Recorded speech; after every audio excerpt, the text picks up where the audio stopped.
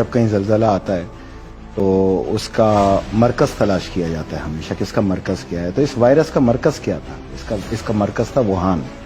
Wuhan کی آبادی ہے 1,18,00,000، پھیلا 80,000 لوگوں میں، اور پتہ نہیں کیسا وائرس تھا کہ اس نے ووہان کی سرحد کو عبور نہیں کیا. نومبر سے شروع ہوا اور جنوری کے اندر یہ ڈائگنوز ہوا، فیبروری میں اس کا اعلان ہوا، کووڈ-19 اس کو کوڈ دیا گیا. جب یہ انون تھا اور اچھوت تھا تو ووہان کی سرحد سے باہر ٹرانسپورٹیشن ٹریولنگ تو ہوئی ہوگی نا لوگوں کی. 1,18,00,000 لوگوں کی ٹریولنگ شنگھائی بھی ہوئی ہوگی، بیجنگ بھی ہوئی ہوگی، مختلف جگہ پہ بھی ہوئی ہوگی، بٹ ووہان سے باہر نہیں آیا یہ.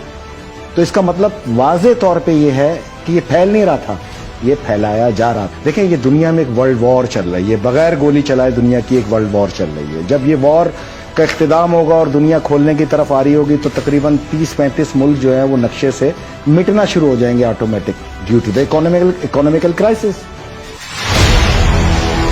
یہ ایک جھوٹ ہے جو ایک آنکھ سے دکھایا جا رہا ہے، سچائی کو چھپایا جا رہا ہے.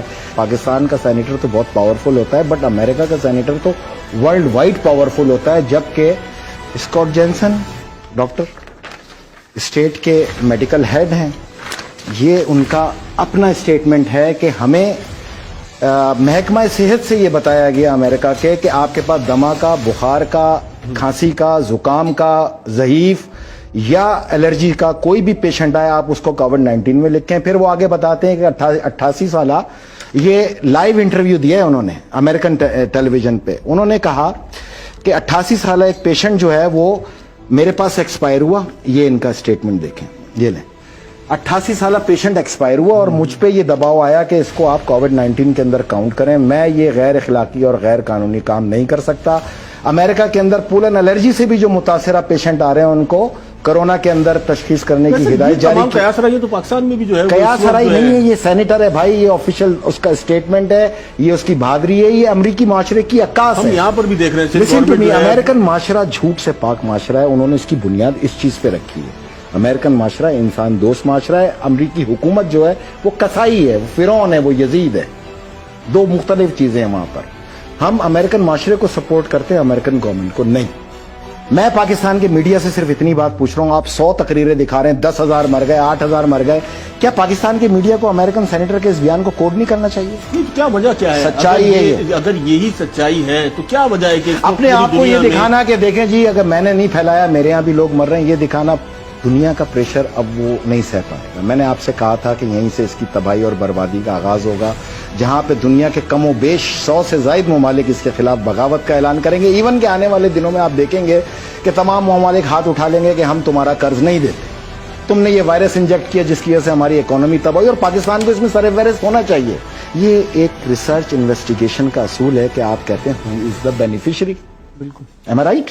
کسی بھی انویسٹیگیشن کی آغاز یہاں سے ہوتا ہے کہ اس کام کا بینیفٹ کون لے رہا ہے. تو میں نے آپ کو یہ کہا تھا کہ امریکہ لے رہا ہے، یہ بات کی تھی میں نے، تو میں آج اس کو پروف کروں گا. جب یہ دنیا اس کرونا کے وائرس سے باہر آئے گی، جو کہ اس دنیا کو ویکسین تک لانا ہے، ہر صورت لانا ہے، اتنا خوف مچا دینا ہے انہوں کہ ویکسین امرت ہو جائے گی آپ کے لیے. ہر کوئی بھاگ بھاگ کے لگائے گا، اور میں یہ گارنٹی سے ثابت کروں گا کہ یہی ویکسین جو ہے یہ مارک آف دا بیسٹ ثابت ہوگی. پاکستان میں میڈیا ایک آنکھ سے لوگوں کو پکچر دکھا رہا ہے، میں دوسری آنکھ کھولنے آیا ہوں.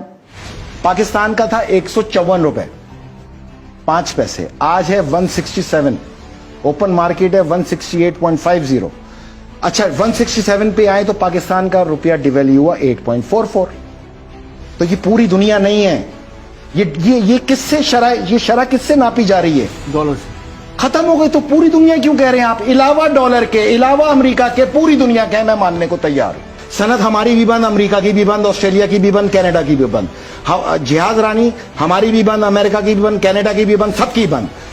ہوائی جہاز ہمارے بھی بند، ایئرپورٹ ہمارے بھی بند، امریکہ کے بھی بند، سب بند. پہیا معیشت کا ہمارا بھی بند، امریکہ بھی بند. تو بھائی آپ کا ڈالر کیسے مضبوط ہو رہا ہے؟ ہم کیوں کمزور ہو رہے ہیں؟ پوری دنیا کمزور ہو رہی ہے، ڈالر کیسے مضبوط ہو رہا ہے؟ 1.7 بلین کا یہ لون لینے جا رہے ہیں، ہاں، معیشت کو بہتر کرنے کے لیے. جو 147 ارب ڈالر ہم پر قرض چڑھا ہوا ہے، لسن ٹو می، جو 147 ارب ڈالر ہم پہ قرض چڑھا ہوا ہے، اب اس کے اندر 14 روپے 70 پیسے کی ڈیویلیوشن مارے تو آپ کو 21 ارب ڈالر کا ویسے ہی لاس ہو گیا. اس 21 ارب ڈالر میں 1.7 ارب ڈالر آپ کو دے دیں گے. 19 ارب ڈالر انہوں نے اب تک آپ سے کما لیے.